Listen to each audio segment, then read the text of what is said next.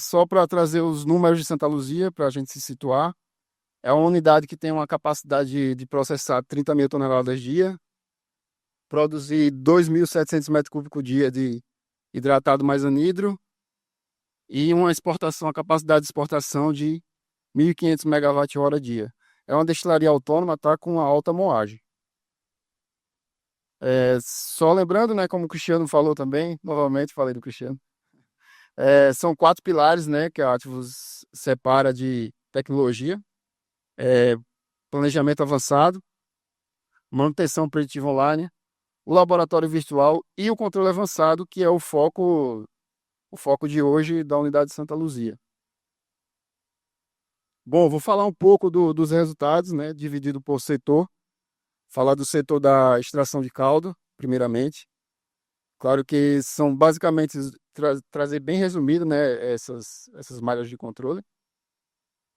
A primeira delas, que é uma das mais importantes, é o controle de água da moenda, né, controle de imbibição, como queiram falar. É, aqui à esquerda, a gente está vendo, aqui, né, na linha laranja, a gente tem a vazão de imbibição da moenda, e aqui em azul a gente tem a fibra da cana. Então é bem notório, né, que sem controle, o operador seta uma vazão e ela permanece. Ou seja, não tem um controle em tempo real do que está acontecendo no processo. A gente vê a fibra subindo e a vazão de água não acompanha isso. É claro que para uma moagem constante, né? Já aqui à direita, a gente tem com o controle atuando, né? O controle avançado, no caso, o Everest.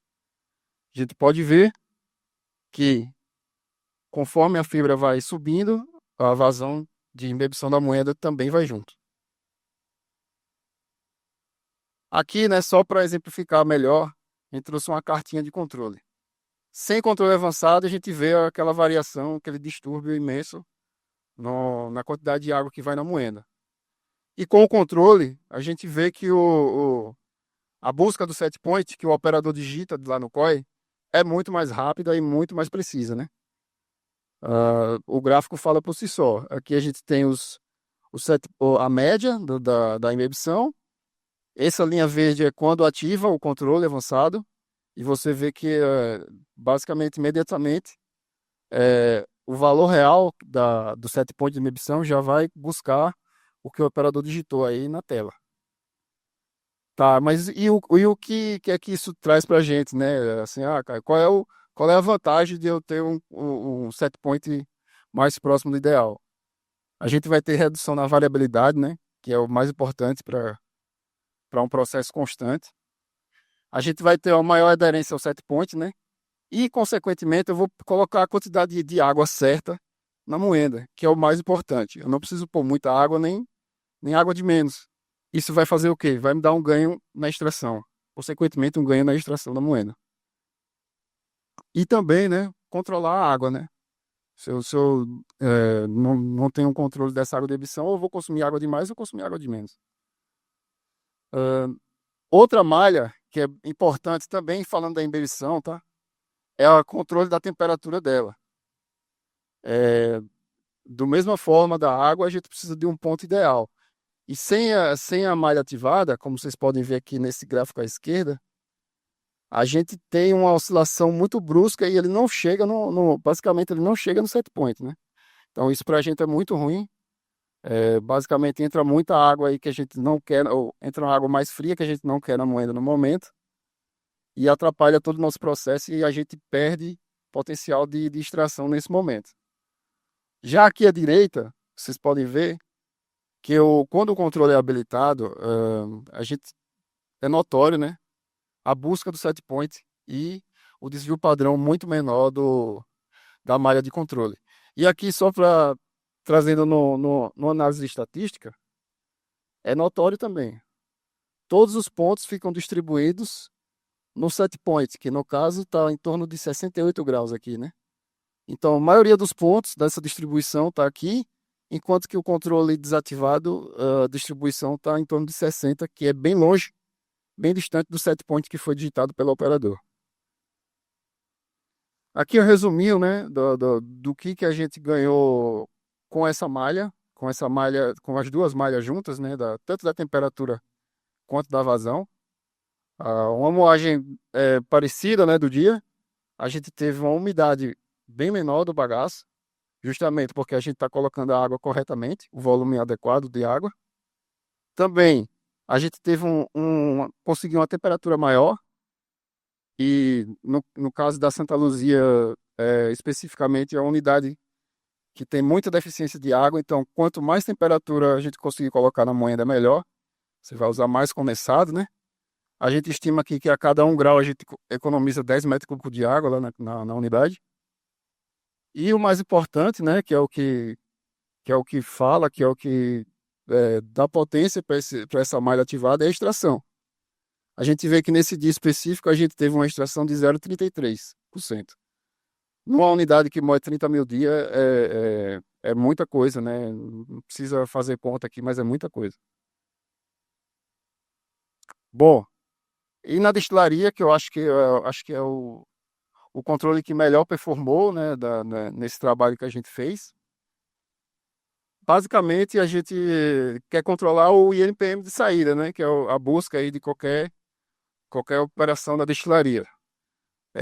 A gente tem aqui, vocês podem ver que basicamente ele está colado no set point, né, o teor alcoólico no caso desse aparelho.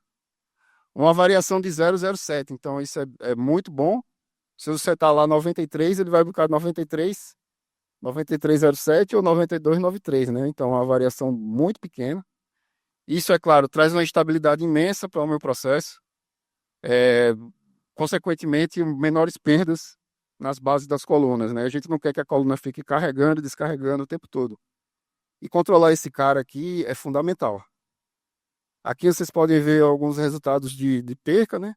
Hoje a gente trabalha com percas abaixo de 0,03 e se eu oscilo menos na minha coluna, se eu oscilo menos no meu teor alcoólico, consequentemente eu vou ter uma perda menor na minha vinhaça, na minha flegmassa.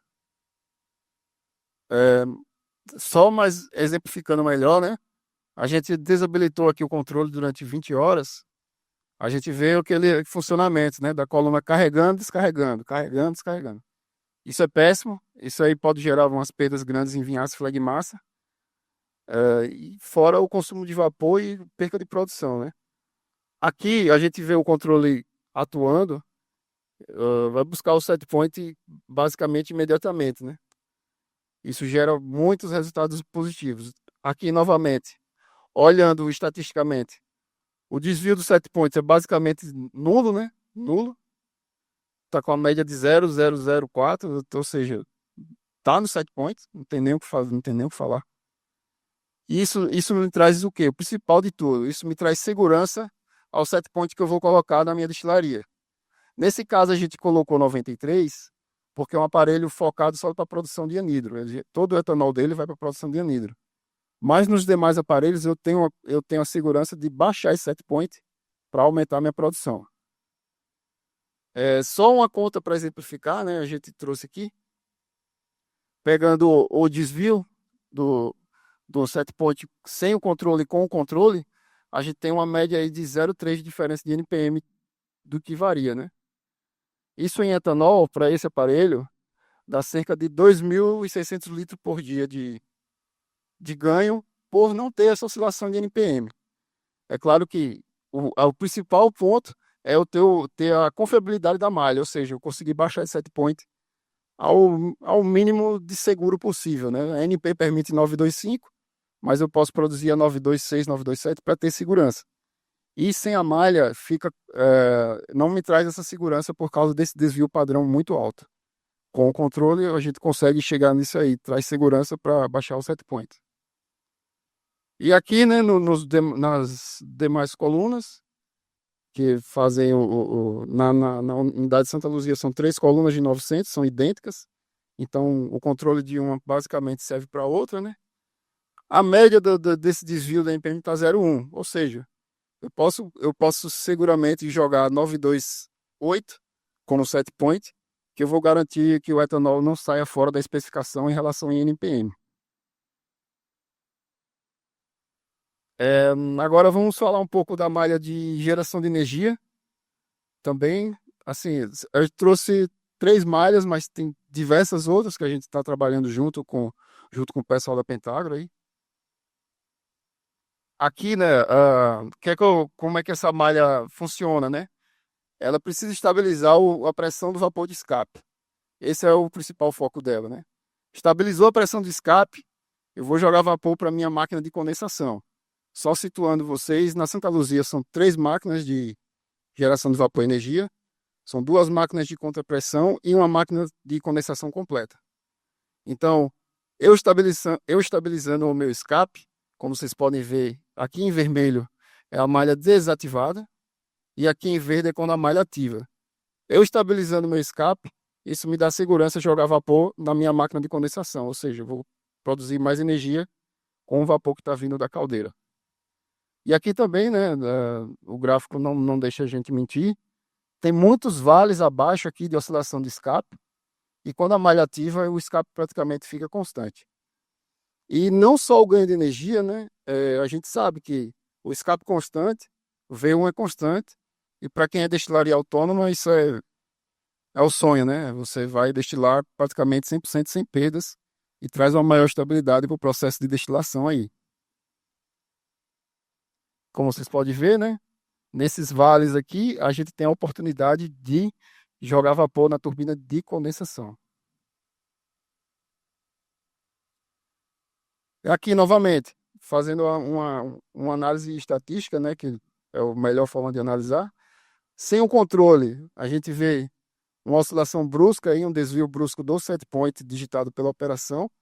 E com o controle, a gente consegue chegar aí no o set point por mais tempo, mais vezes. Novamente, uma distribuição de Gauss aqui só mostra que o desvio do set point está muito próximo do zero, né? Todos os pontos estão próximo de zero, novamente. Um desvio padrão de 0,02. Isso quer dizer o quê? Se eu jogar 1,5 na pressão do escape, ele vai dar lá 1,48 ou 1,52. Então, isso traz muita segurança e estabilidade para o processo, né? E aqui, né, uma forma de a gente tentar mensurar isso, né? A gente às vezes fala, tá mais controlado, tá com menos oscilações aí. Sim, Caio, mas e aí? Vai me render quanto isso aí, né? Quanto que isso vai gerar de resultado para a empresa? E aqui a gente tentou pegar um cenário com moagens parecidas, né? Para tentar simular isso, como isso vai me gerar ganhos, né? Ganhos na prática. A gente pegou um dia com uma moagem parecida. Por mais que aqui com o Everest ligado eu tenha mais vapor, a gente vai fazer um desconto levando em consideração o consumo específico do vapor TG2. A gente percebeu que a malha habilitada, a máquina TG2, ela trabalhava mais eficiente, né? Ela buscava uma eficiência de conversão de vapor e energia muito, muito melhor. Aqui, novamente, né, só mostrando o consumo específico com o gerador 2 com o controle desabilitado. A gente tem vários picos, várias oscilações. E aqui com ele habilitado, né? A malha novamente, ela busca a estabilidade na máquina de geração de condensação. E aí só fazendo a conta, né? Descontando aquele vapor que a gente produziu a mais naquela moagem, a gente produziu a mais 8.000 toneladas de vapor com o Everest ligado. Jogando com o consumo específico com o Everest desabilitado, nós temos uma diferença de 1 mega a mais, praticamente 2 megas a mais aí. Fazendo novamente o desconto, levando isso da produção horária, né? Nós temos cerca de 1 mega a mais de produção de energia por hora com a malha habilitada. Ou seja, você vai extrapolando, né? Vem 24 horas, um dia, um mês. A gente tem a possibilidade aqui, com o plano de safra atual nosso, de ganhar. Se a gente ganhar 1 mega a mais por dia, a gente tem um ganho de praticamente 4.000 megawatt-horas na safra. Isso aqui dá mais ou menos 3 a 4 dias de cogeração com as 3 máquinas funcionando, né? Então, trouxe um ganho bem, bem relativo, bem interessante aí, essa malha de cogeração. Eu acho que era isso que eu tinha para falar para vocês. Prazer novamente estar aqui, e qualquer dúvida eu estou à disposição.